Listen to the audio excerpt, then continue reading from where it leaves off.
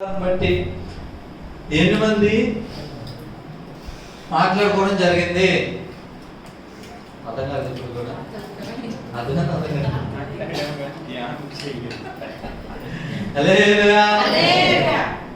దేవుడు మనల్ని ఇంకా ఏం చేయబోతున్నాడు? బాధపరచబోతున్నాడు.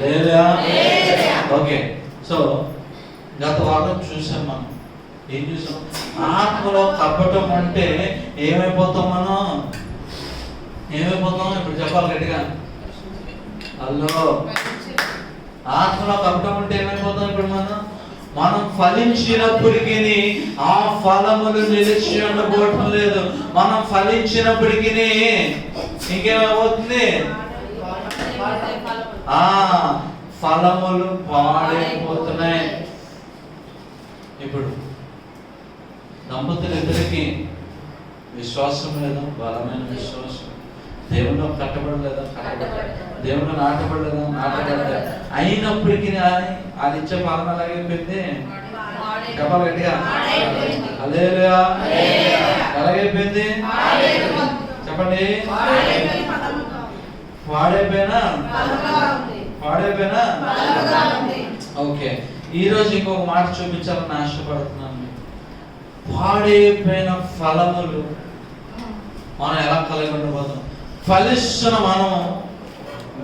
మనం ఫలిస్తున్నామని గ్రహిస్తున్నప్పటికీ మనం ఇచ్చే ఫలములు నిలిచి ఉండకుండా దేవుని సన్నిధికి అయిష్టంగా ఎలా మార్చబడుతున్నాయన్న దాని గురించి ధ్యానం. హలో, ఎన్ని మంది సిద్ధంగా ఉన్నారు? ఓకే, మత్తయి సువార్త 6వ అధ్యాయం 21వ వచనం. మత్తయి సువార్త 6వ అధ్యాయం 21వ వచనం. మత్తయి సువార్త 6:21. Page number 7. నీ ధనం ఎక్కడ ఉండునో అక్కడనే నీ హృదయం ఉండును. చాలు. నీ ధనం ఎక్కడ ఉండునో హల్లెలూయా. నీ ధనము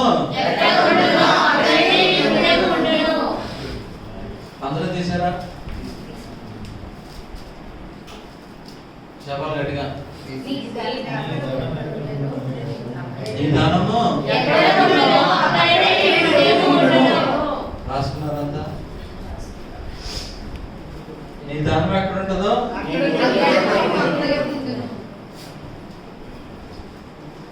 ఓకే, ప్రభు సహాయం పడదామా? కుమారు ప్రార్థన చేసుకుందాం. నన్ను పిలిచిన దైవమా, నన్ను ముట్టిన ప్రభువా, నీకు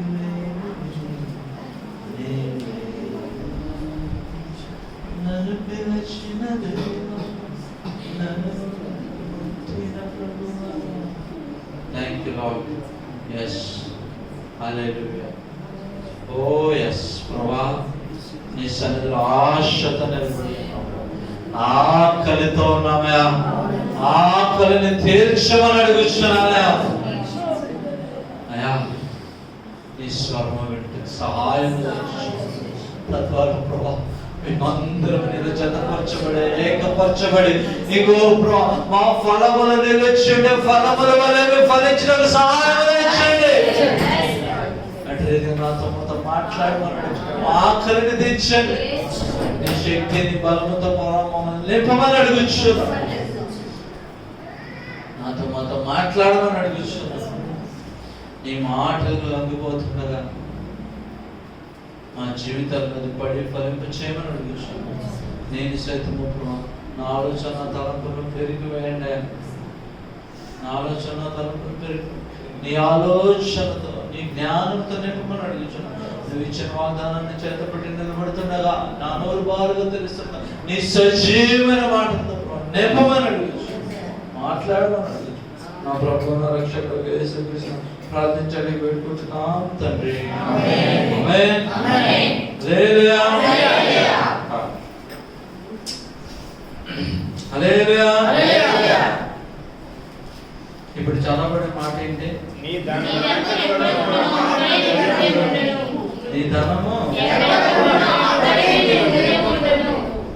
ధనం ఎక్కడుందో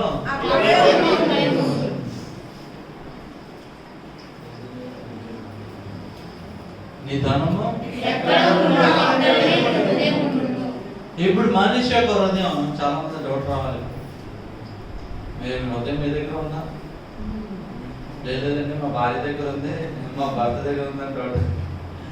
చెప్పండి. చాలా మంది ఏమంటారు, ఎవరినైతే ఎక్కువగా ప్రేమిస్తున్నాను నీ హృదయం వాళ్ళకి ఇచ్చాను, నా హృదయం నా దగ్గర లేదు. ఎవరి దగ్గర ఉందండి? ఎవరి దగ్గర ఉంది ఎక్కువ? ఇదే మరి వాక్యంలో ఏమని రాయబడ్డది?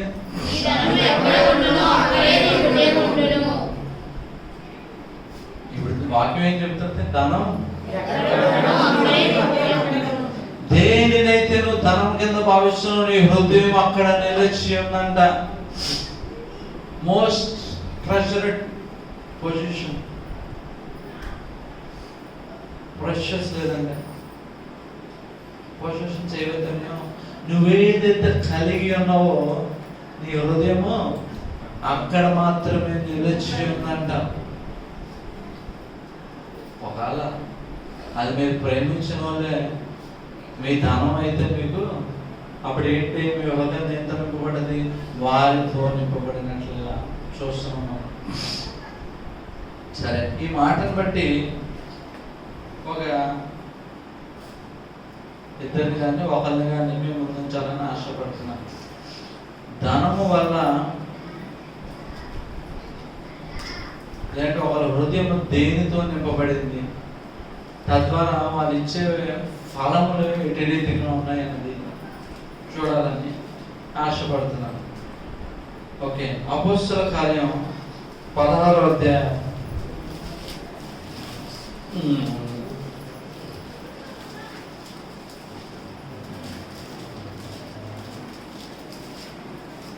అపోస్తల కార్యం 16వ అధ్యాయం 19వ వచనం చదువుతున్నాం. అపోస్తల కార్యం 16:19. ఆమె యజమానులు తన లాభసాధనం పోయినని చూచి పౌలును ఆమె తన యజమానులు లాభసాధనము పోయినదని చూచి పౌలును సీలను పట్టుకొని గ్రామపు చావిడిలోనికి అధికారుల యొద్దకు ఈడ్చుకొని పోయిరి. హల్లెలూయా. ఏంటి రాయబడ్డ మాట?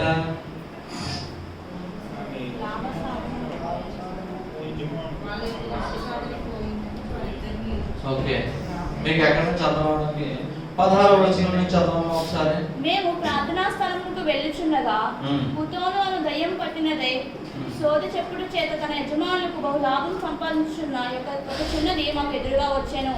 ఆమె పౌలును మమ్మల్ని వెంబడించి, ఈ మనుష్యుడు సర్వోన్నతుడైన దేవుని దాసుడు, మీరు మీకు రక్షణ మార్గం ప్రచురించు వారై ఉన్నారని కేకలు వేసి చెప్పాను. ఆమె ఇలాగ అనేక దినములు చేయుచుండెను కనుక పౌలు వ్యాకులపడి దాని వైపు తిరిగి, నీవు ఈమెను వదిలిపోమని యేసుక్రీస్తు నామమున ఆజ్ఞాపించుచున్నానని ఆ దయ్యంతో చెప్పాను. వెంటనే అది ఆమెను వదిలిపోయాను. ఆమె యజమానులు తమ లాభసాధనము పోయినను చూచి పౌలును సీలను పట్టుకొని గ్రామపు చావిడిలోనికి అధికారుల యొద్దకు ఈడ్చుకొని పోయేది.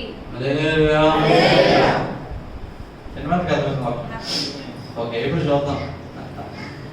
ఎప్పుడు ఓకే, ఫస్ట్ నుంచి చూద్దాం.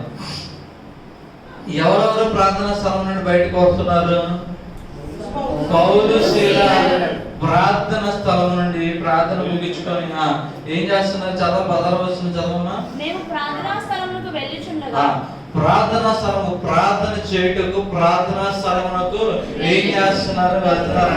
ఎవరు వెళ్తున్నారు? పౌలు చెప్పాలి గట్టిగా. Okay, very good. వాళ్ళిద్దరు వెళ్తున్నప్పుడు అక్కడ ఏం జరిగింది?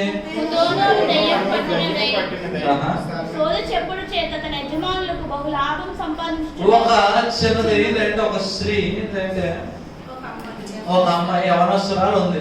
ఆమె ఏం చేస్తుందంట? ఆమె దురాత్మ చేత పట్టబడి సోది చెబుతూ ఏం చేస్తుంది? హలో, మీకు అర్థం అవ్వలేదు ఇంకా. ఏం చేస్తుందంట అక్కడ? బహు లాభం సంపాదించుచున్నది. ఏం చెప్తుంది? సోది చెప్తూ ఎవరికి సంపాదిస్తుంది లాభం? యజమానునికి ఏం సంపాదిస్తుంది? లాభము. ఓ మై గాడ్, హల్లెలూయా. సరే ఓకే, ఆ పక్కన పడుతుంది, అర్థం చేసుకున్నాం.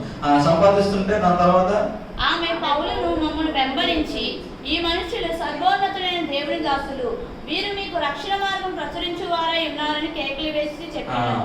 ఓకే, అంటే ఫర్ ఎగ్జాంపుల్ మనకు పౌలు శీల గారు ఆర్టీసీ కాంప్లెక్స్కి వెళ్తున్నారు, అక్కడ చర్చ్ ఉంది, అక్కడికి వెళ్తున్నారు అనుకుందాం. ఓకే, ఈ వెళ్తున్న మార్గం మధ్యలో ఒక యవనస్తురాలు వీళ్ళని చూసి ఇప్పుడు ఏం చేస్తుందంట? ఏం చేస్తుంది? వీళ్ళు సర్వోన్నత చెప్పగలిగా అని వెనక కేకలు వేయుచున్నది. ఏమని కేకలు వేయుచున్నది? రక్షణ మార్గము ప్రచురించిన వారై ఉన్నారని. మీకు ఏం చేయబోతున్నారు ఇప్పుడు? రెండు మాటలుగా నా సెంటెన్స్ రెండు మాటలు. ఫస్ట్ ఇది సర్వోన్నతుని దేవుని యొక్క, నెక్స్ట్ ఇది మీకు ఏం చెప్పబోతున్నారు? ఏం చేయబోతున్నారు? క్లియరా? ఓకే, ఆ నెక్స్ట్ ఆమె ఇలాగ అనేక దినములు చేయుచుండెను గనుక. ఇలాగా అనేక దినములు చేయుచుండెను గనుక. ఇక్కడ ప్రాబ్లం స్టార్ట్ అవుతుంది. ఏంటి ఇలాగా? అనేక దినములు చేయుచుండెను గనుక. ఎన్ని దినాలు చేస్తుందంట? అంటే పాపం మీరు అక్కడికి వెళ్తే అక్కడికి ఇప్పుడు ఏం చేస్తుంది? వీళ్ళు వెనకాతలు వెళ్ళి అరుస్తూనే ఉంది. ఎందుకు అక్కడ రాయబడ్డది? షీ ఫాలోడ్, ఆమె వాళ్ళని వెంబడించింది. రాయబడ్డది. అంటే వీళ్ళు ఎక్కడికి వెళ్తే అక్కడికి ఏం చేస్తుంది? వెంబడిస్తూ ఏమని అరుస్తుంది? ఇప్పుడు ఈమె సర్వోన్నత దేవుని యొక్క నెక్స్ట్ రక్షణ రెండు విధాలు అరుస్తుంది. మొట్టమొదటి అలా అధికారమును గుర్తెరుగుతుంది. అధికారమును గుర్తెరిగిన తర్వాత రెండోది వాళ్ళు ప్రకటించే మార్గము సత్య మార్గం అని చెబుతున్నది. చెప్తుందా చెప్తుందా? ఇప్పుడు నాకు ప్రశ్న, మీరు ఎవరో పనుడు ఉన్నాడు అనుకోండి, మీ పని చేయడం మానేసి పక్కనికి వెళ్ళి పని చేస్తున్నాడు అనుకోండి, ఏం చేస్తారు మీరు? ఫస్ట్ రోజు ఓకే సర్లే అని చూస్తారు. రెండో రోజు వస్తే మన పని చేయకుండా ఆ పని చేస్తాడు, ముందరా బాగా తీసుకొచ్చి పని చేపిస్తారు, చెప్తారా? చెప్పండి. అలా అనేక జన్మలు అవుతున్నప్పటికీ యజమానులు పట్టించుకోవట్లే. పట్టించుకుంటున్నారా? ఏమి డ్యూటీ అంటే యజమాని దగ్గర ఉండి యజమానునికి సోది చెప్పి డబ్బు ఏమనకాలు దర్శనం చెప్పుకుంటే అతను ఎవరైనా డబ్బులు ఇస్తారేమిటి? చెప్పాలి. హలో, ఇవ్వట్లే. డబ్బు సంపాదిస్తుంది కానీ ఏమని వస్తుంది? ఇప్పుడు ఏమే పౌలు స్త్రీలు ఎక్కడికైతే వెళ్తున్నారో వాళ్ళని వెంబడిస్తూ అరుచుకుంటూ తిరుగుచున్నది. అర్థం కదా? దాని తర్వాత అప్పుడు పౌలుకి అపోస్తుడు ఆయన పౌలుకి కోపం వచ్చింది. కొన్ని దినాలు అయిన తర్వాత ఊరికి మమ్మల్ని వెంబడించి అడుచుకొని తిరగడం ఏంటని చెప్పి ఏం చేసింది? ఏం చేశాడు ఆయన? ఒక మాట చెప్పాడు అంతే. ఏం చెప్పాడు?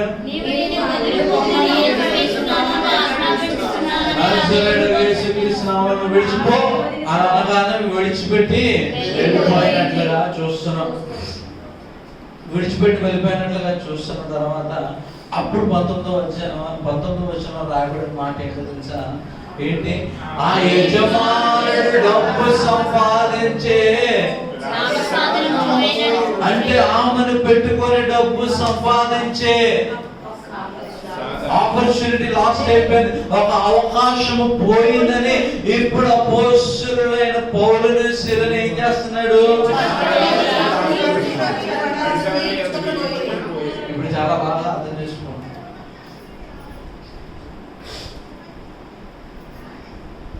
మనం చదివిన వాక్యం ఏంటి? నీ ధనము గుర్తుంది కదా? ఈ యజమానుడు ఎటువంటి యజమానుడు తెలుసా? డబ్బు సంపాదన తప్పితే ఇంకా ఏది ఇష్టం, ఇంకా దేంట్లోని ఎవరు ఆ చిన్నది ఏ విధంగా నాశనం అయిపోయినను ఈయన డబ్బు సంపాదన వస్తుందా లేదని ధనాపేక్ష కలిగి ఉన్నాడు. ఎలా చెప్పగలుగుతున్నారంటే మీరు? దయ్యము పట్టిన వారు జీవితాలు ఎలా ఉంటాయి చెప్పాలి? చాలా ఆర్డర్లీగా ఉంటుందా? అన్ని నీటిగా ఆర్డర్ ఉంటుందా? అస్తవ్యస్తముగా ఉంటుంది. ఆమె శరీరంలోని ఏదో భారమును మోయించు ఇబ్బంది పడుతున్నప్పటికీ ఆమె ఇబ్బందిని సైతము వీళ్ళు లక్ష్య పెట్టక ఏం చేస్తున్నారు? వ్యాపారమునకు వాడుకుంటున్నారు. ఆమెను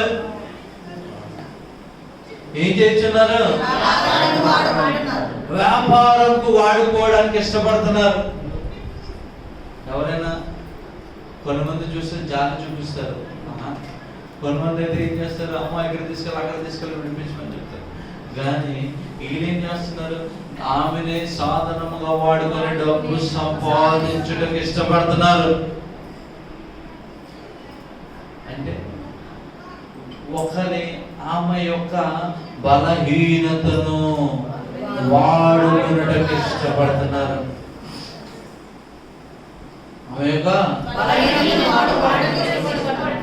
దేన్ని కొరకు వాడుకున్నట్టుకు ఇష్టపడుతున్నారు? డబ్బు సంపాదించుటకు. అంతేనా? ఇంకా ఇంకేంటో తెలుసా? ఆమె కొన్ని దినాలుగా రాకపోయినను ఆయన దగ్గరికి అపోస్తులను పౌలుసులను వెంబడిస్తున్నను చింత సైతము లేక విడిచిపెట్టి తమాషా చూస్తున్నారు. అంతేనా కాదు? అయితే పనిచేసేవారు ఎక్కడ ఒక విధంగా చెప్తారు. ఇప్పుడు కార్ షోరూంలో పనిచేస్తున్నారు అనుకోండి, అయితే మీరు ఎక్కడ ఉండాలి? షోరూంలో ఉండాలి, లేదంటే ఇంటి దగ్గర ఉండాలి. అంతేనా కాదు?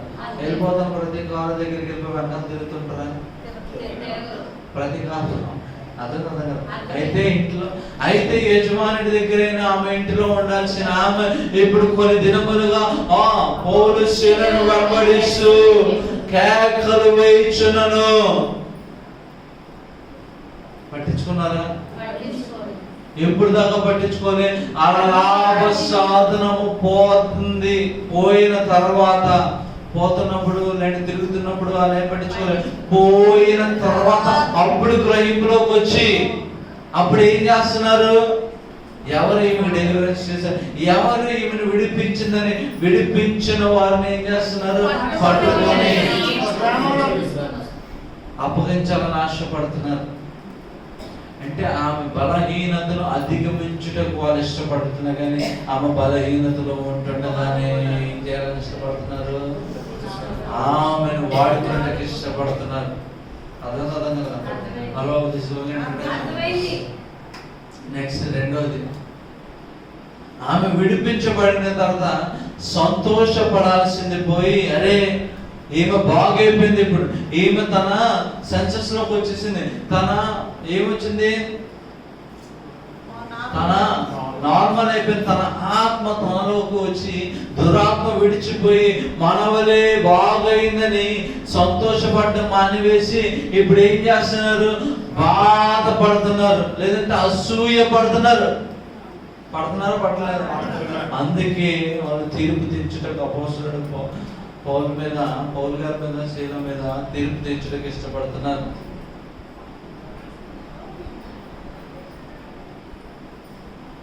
ఇది రాయబడిన మాట, మనం చదివిన మాట. సరే, ఈ దురాత్మ పట్టబడ్డము డబ్బులు తేవడానికి కాసేపు పక్కన పెడితే ఈ మాటను బట్టి మనం ఏం తెలుసుకోమంటున్నాం? ఈ ప్రస్తుత దినముల్లో ఉన్న సత్యాలను గ్రహించాలని, ఆ గ్రహింపులోకి మిమ్మల్ని తీసుకురావాలని ఆశపడుతున్నాం. మీ వ్యక్తిగత జీవితాలలో కూడా వేరే ఒక బలహీనతను మీరు అవకాశంగా వాడుకుంటున్నారా? జాగ్రత్త. మెరిచ్చే ఫలములు దేవునికి ఇష్టమైన ఫలములుగా ఉండవు. ఏముండవు? అర్థమైనా? ఒకరి బలహీనత యందు మనము పాలిభాగస్తులే వాళ్ళని బలపరిచే విధంగా ఉండాలి. అది క్రైస్తవ్యం అంటే.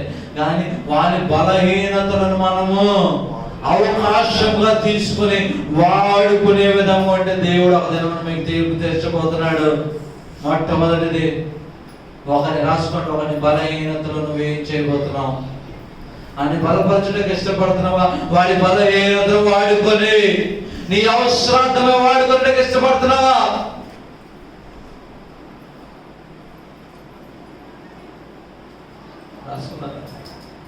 ఒకరి బలహీనతలో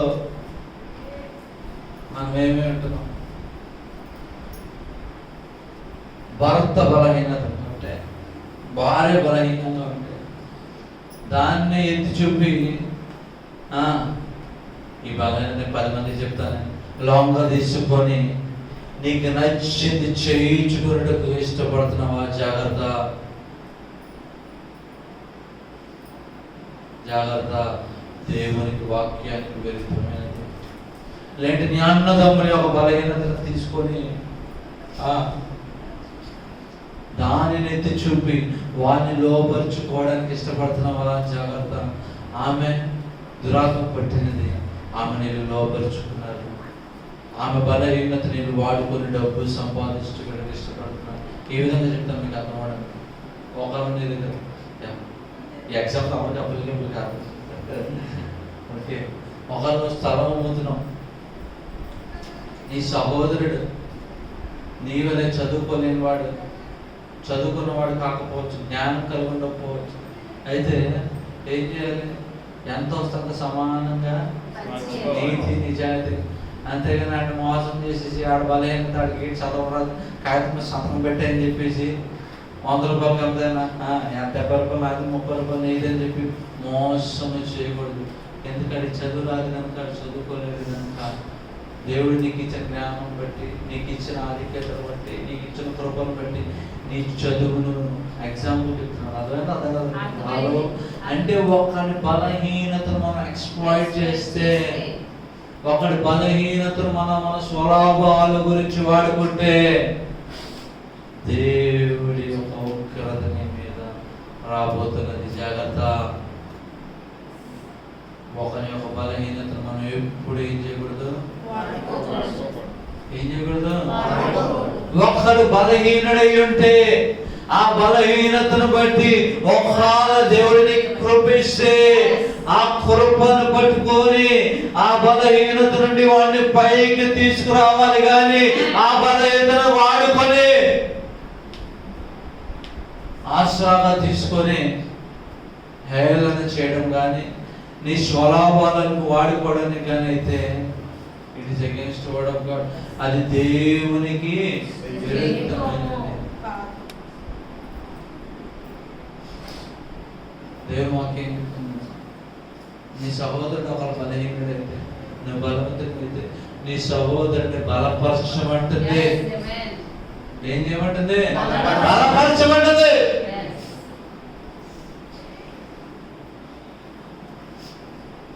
బలపరచమంటుంది. అది బలపరచడం పక్కన పెట్టి మంచి పని అంత నాకే ఇప్పుడు one should never exploit the weakness of others. ఒకడి బలహీనతని ఇంకొకటి ఎప్పుడు దోచుకోకూడదు. రెండో చెప్తారు. ఇప్పుడు రెండో సత్యం ఏంటి? ఇప్పుడు ఎక్స్ప్లెయిన్ చేస్తాం మీకు ఇంట్రడక్షన్. రెండోది ఏంటి చెప్పాలి గట్టిగా? చెప్పండి చదవాలి. ఏ వచనంలో ఉందనుకున్నారు? 17వ వచనంలో. అనేక దినములు చేయుచుండెను గనుక పౌలు వ్యాకులం పడి దాని వైపు తిరిగి, నీవు ఈమెను వదిలిపోమని ఇలా అనేక దినములు చేయుచున్నది. ఏం తెలుసుకుంటున్నాను? దీన్ని బట్టి సత్యం చెప్పాలి. ఆమె బలహీనతను డబ్బు కొరకు వాడుకుంటున్నారు. అనేక దినములు ఆమె ఏంటి కనిపించకపోయినా ఎక్కడో తిరుగుతున్నా సరే విడిచిపెట్టేశారు. పట్టింపు లేదు. ఏమీ లేదు. హలో, బలహీనుడు అని నీకు తెలిసినప్పుడు ఏం చేయాలనుకున్నాం మనం? బలపరచాలి. అంతేనా? ఎప్పుడు బలపరచాలి? వాళ్ళ బలహీనతలను వాడుకోకూడదు. నువ్వు ఎప్పుడు బలపరచగలుగుతావు అని వాళ్ళను పట్టించుకున్నప్పుడు మాత్రమే. అనేక యజమానుడి దగ్గర ఏమీ లేదు. ఆమెను డబ్బు సంపాదించటకైతే వాడుతున్నారు కానీ అనేక దినములు ఆమె తిరిగి వీళ్ళ దగ్గరికి రాకపోయినను పట్టింపు లేదు. తిరుక్కొని అక్కడ తిరుక్కుంటుంది, మళ్ళీ వస్తుంది ఏదో ఒక మన దగ్గరికి రావాల్సింది. ఆమె దయ్యం పట్టిన కూడా ఆమెను చేర్చడు. చేరితే గీరితే నేనే చేర్చాలి. నాకే తెలుసు అలా కంట్రోల్ చేయాలో, నాకే తెలుసు ఆమెను ఏం చేయాలో. అర్థమవుతుంది ఇప్పుడు? పట్టింపు లేని స్వభావము. ఏంటి చెప్పాలి గట్టిగా? Not concern about her. There is no concern. ఆమె పట్ల వాళ్ళకి ఒక బాధ్యత లేదు. బాధ్యత రహితముగా వహిస్తున్నారు. అవసరానికి వాడుకుంటున్నారు. దాని తర్వాత ఏం చేస్తున్నారు? విడిచిపెట్టేస్తున్నారు. బాధ్యత రహితముగా ప్రవర్తిస్తే ఒక దినం నీ కొరకు దేవుడు తీర్పు చెప్పబోతున్నాడు. బాధ్యత రాసుకోండి. రెండోది, they are not at all concerned. ఆమె పట్ల ఒక బాధ్యత కలిగి అయితే గీతే ఆమె వస్తుందిలే, రాకపోతే ఎక్కడ ఉంటే తర్వాత చూసుకొచ్చులే. ఆమె తిన్నారా, తాగిందా, ఏం చేస్తున్నాను ఏమి పట్టింపు లేదు. ఆమె తెస్తున్న డబ్బుతోనే వీళ్ళు తిని తాగి హ్యాపీగా ఎంజాయ్ చేస్తున్నారు కానీ దే ఆర్ నాట్ కన్సర్న్. కానీ ఆమె పట్ల వాళ్ళకి ఎవరు డబ్బు సంపాదిస్తున్నారు? చెప్పాలి గట్టిగా. డబ్బు సంపాదిస్తుంటే డబ్బు తెచ్చిన డబ్బుతో ఏం చేస్తున్నారు? ఆనందిస్తున్నారు, అవసరతలు తీర్చుకుంటున్నారు. కానీ డబ్బు సంపాదిస్తున్న ఆమె పట్ల ఏమి లేదు వాళ్ళకి. ఏం లేదు. నేనేం చెప్తున్నానంటే అది చేసింది కరెక్ట్ అని చెప్పట్లే, అది చేసింది తప్పు అని చెప్తున్నాను. But I'm showing the different stages. దాంట్లో బోల్డ్ అని ఏం చెప్తున్నాను మీకు? స్టెప్స్, స్టేజెస్, లేదంటే దాంట్లో నాకు చేసిన ల్యాప్సెస్ చెప్తున్నాను. ఎందుకు తెలుసా? First of all weakness explore చేయాలనుకున్నారు. నెక్స్ట్ ఏం చేస్తున్నారు? They are not concern. ఆమె పట్ల బాధ్యతలు తీసుకొచ్చిన డబ్బును వాడుకుంటున్నారు కానీ ఆమె ఎక్కడ తిరుగుతుంది, ఏం చేస్తున్నారు? They are not at all bothered. మూడోది, ఆమె విడిపించబడినప్పుడు సంతోషించాల్సింది పోయి విడిపించిన వారి మీద ఏం చేస్తున్నారు? వాళ్ళని పట్టుకొని అప్పగించాలని ఇష్టపడుతున్నారు. ఏం చేయాలి? Instead of rejoicing that coming, సంతోషపడాల్సింది పోయి ఏం చేస్తున్నారు? నిందించుటకు ఇష్టపడుతున్నారు. దేని పట్ల సంతోషపడాలి? బలహీనమైన ఈమె విడిపించబడాలి. నీ జీవితాలలో కూడా అవసరానికి జనాల్ని వాడుకొని అవసరం అయిపోయిన తర్వాత విడిచిపెట్టే స్వభావం ఉంటే there's a time for you. బలహీనత తెలుసు. ఫస్ట్ ఆ బలహీనతను వాడుకుంటున్నాను స్వలాభానికి. వాడుకోవడమే కాదు కానీ దాని తర్వాత ఇంకేం చేస్తున్నావు? బాధ్యత లేదు. ఇప్పుడు మూడోది, ఎప్పుడైతే ఆమె విడిపించబడదో సంతోషించాల్సింది పోయి ఏం చేస్తున్నావు? చెప్పాలి కదా. అంటే ఎవరైతే ఈ బలహీనుడిని బలపరచుటకు సహాయపడ్డారో సహాయపడిన వారిని దూషించుటకు ఇష్టపడ్డారు. మన జీవితాల్లో కూడా అంతే. అది అనవసరంగా ఇది పరిచయం అయ్యారు. పరిచయం దగ్గర నుంచి జీవితాలు మార్చబడుతున్నాయి. లేక మన దగ్గరికి వచ్చేవాళ్ళు మనం చెప్పినట్లు నడిచేవాళ్ళు ఆగి సలాలు వచ్చినప్పుడు వాళ్ళకి ఏదో అర్థం చెడగొట్టేద్దాం. అర్థమవుతున్నా? హలో హలో అర్థం రాలేదు చెప్పండి. మ్యాథ్స్ సార్ నాకే ఫేవరెట్. అన్ని స్పెషల్ క్వశ్చన్స్ అన్ని నాకే వెళ్తున్నాడు. మొన్న నుంచి ఆడు వచ్చాడు, ఆడికి ఇచ్చేస్తాను, నాకు ఇవ్వట్లేదు. ఆడికి ఇప్పుడు ఏం చేయాలి నేను మ్యాథ్స్ మాస్టర్కి? హలో అత్త కోడలు అంటే మొదటి కోడలు అన్ని ఇచ్చేస్తున్నారు, రెండో కోడలకి ఏం చెప్పలేదు. ఏం చేయాలి ఇప్పుడు? మీకు అర్థమవుతుందా? Hello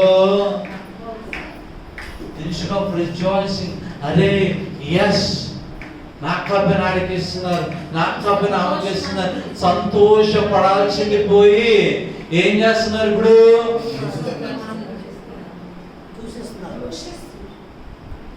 ready to flax. కొట్టుటకు ఎవరిని? పౌలు కొట్టుటకు ఇష్టపడుతున్నారు, కొట్టించుటకు అప్పగించుటకు ఇష్టపడుతున్నారు. బలహీనుల్ని చూసి నీ స్వలాభాలకు వాడుకోవడానికి వాళ్ళ బలహీనతలను వాడుకున్నా. వాళ్ళని విడిపించి, వాళ్ళు విడిపించబడినప్పుడు ఏంటి, వాళ్ళు బలపరచబడి ఆ శ్రమ నుంచి బయటకు వచ్చినప్పుడు సంతోషించకుండా వాళ్ళకి ఎందుకు ఇలా జరిగిందో అలా జరగకుండా ఉండాల్సిందని నా మనసులో అనుకున్నా. రెండోది వదిలేసాను. మీరు చెప్తారు రెండోది బాధ్యత రహితంగా ప్రవర్తించిన దేవుడు నీ కొరకు ఒక దినం పెట్టి ఉన్నాడు. జాగ్రత్త. ఏంటంటే ఇప్పుడు ఈ 3 కారణాలు చెప్పాను కదా. ఈ 3 కారణాలు ఎందువల్ల చేశారు? వాళ్ళ హృదయంలో ఏమున్నది? దానము. అది తప్ప ఇంకేమీ లేదు కదా. అందువల్ల వాళ్ళు ఏమి చేయించున్నారో అది గ్రహింపు. చాలా సార్లు నువ్వు కూడా డబ్బు కొరకు గ్రీడినెస్, డబ్బు సంపాదించాలని దాహం ఎక్కువైనప్పుడు అంధత్వంలోనికి వెళ్ళిపోతావు. నువ్వేమి చేయించున్నావో అది గ్రహించలేని స్థితిలోనికి వెళ్ళిపోతావు. అందుకే దేవుడు అంటాడు, ఏమంటాడు తెలుసా? ధనవంతుడంట పరలోక రాజ్యం చాలా కష్టం. క్యామెల్ అయినా ఒంటైనా దేంట్లో వెళ్ళిపోద్దంట. ఎందుకు? ఇంకా సంపాదించాలి, ఇంకా సంపాదించాలి. ఆ ఆశలు వాళ్ళు ఏమి చేస్తున్నారో వాళ్ళు గ్రహింపు లేని దాంట్లోకి వెళ్ళిపోతారు.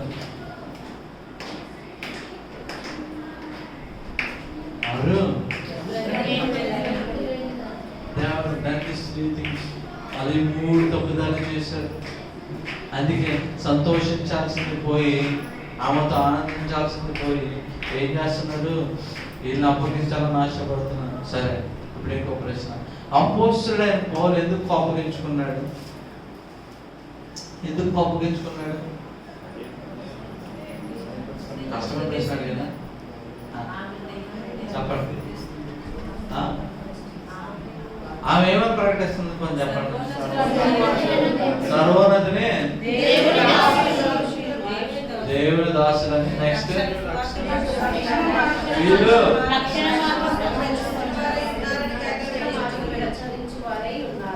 చెప్పిందా చెప్పలేదు? దాంట్లో ఏం తప్పుందా? నేను చెప్పిందా అవును చెప్పిందా? మరి అపోస్తలుడైన కోపగించుకున్నాడు అక్కడ రాసిందా లేదా? He was annoyed. 18వ వచనం చదవండి. ఆమె ఇలా అనేక దినములు చేయుచుండెను గనుక పౌలు వ్యాకులపడి పడ్డాడు, ఇబ్బంది పడ్డాడు. ఎందుకు ఇబ్బంది పడ్డాడు?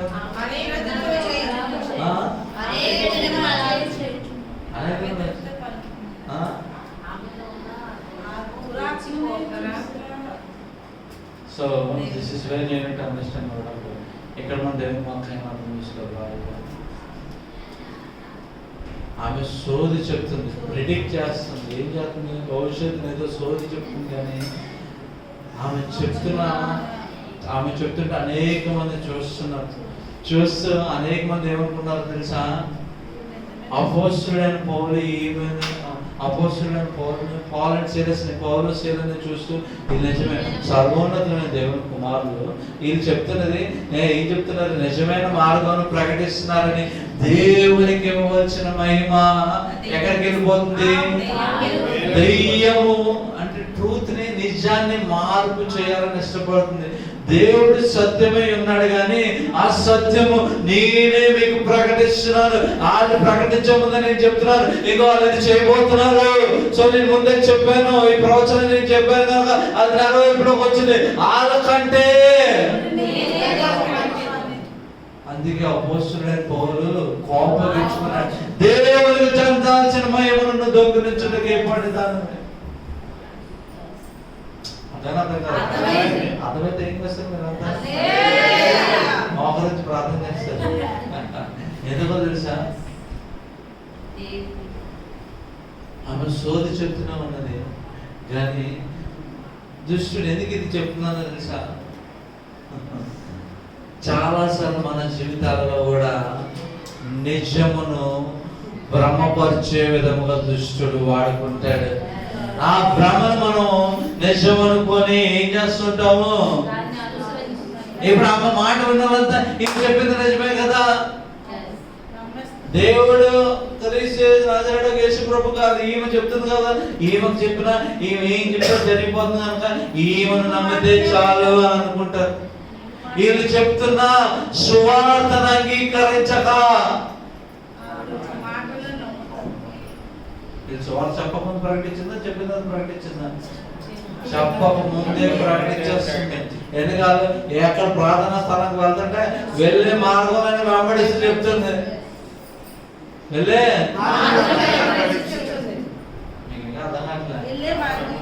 అపోస్తలుల పౌలు ఈ స్కూల్ ఆఫ్ ఎలాగ చెప్పేవాడు? సువార్త అద్భుతాలను సూచే క్రియలతో చెప్పేవాడు. ఆయన కచ్చేపులు చదివితే ఏమైపోయాయి? కచ్చేపు దేనికి పడతారు? ఎందుకు పడతారు? పొలంకి చెమట వచ్చి చెప్పి పడితే అది కచ్చేపు తీసుకుంటే అది కచ్చేపు తీసుకున్న వాళ్ళు కూడా ఏమైపోయారు?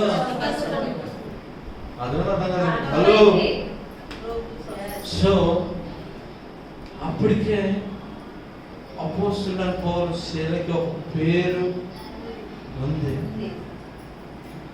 సో ఎప్పుడైతే ఈమె అలా కలుస్తున్నదో దూర ప్రాంతం నుంచి వచ్చిన వారు వేరే వాళ్ళంతా అరే మాకు తెలిసి చేస్తారు, ఏమికి అలా తెలిసిందని చెప్పి దేవునికి ఇవ్వాల్సిన మహిమ దొంగలింపబడుతుంది కనుక అపోస్తలుడైన పౌలు కోపగించుకున్నాడు.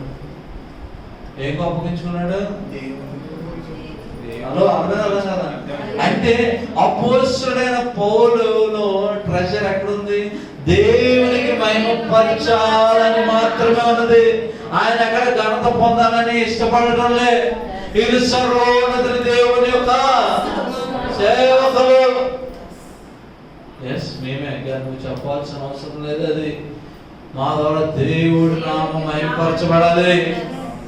మనం మాత్రం 10 మంది మనల్ని పొగిడితే ఎక్కడికి వెళ్తున్నాము, రేపు అలా వస్తారా, ఆయనతో బాగా ఇంట్రడక్షన్ ఇస్తారండి మా గురించి, ఆయన్నే పెట్టండి. ఎందుకు చెప్పాలి? రెడీగా చెప్పాలి. పొగడ్తలకు అపోస్తలుడైన పౌలు హృదయం ఆయన ఒక సంపదనతో నింపుకున్న తను దేవుని మాత్రమే మహిమపరచాలని. ఇంకెక్కడ ఏ ఘనత నాకు ఉండకూడదు, నాకు దక్కకూడదు అని డిసైడ్ అయిపోయి. That is reason he was provoked in the spirit. ఆత్మలో ఆయన ఏం చేయబడ్డాడు? కోపగించుకొని ఆమెను విడిపించినట్లుగా చూస్తున్నాం. మోకరిద్దాం.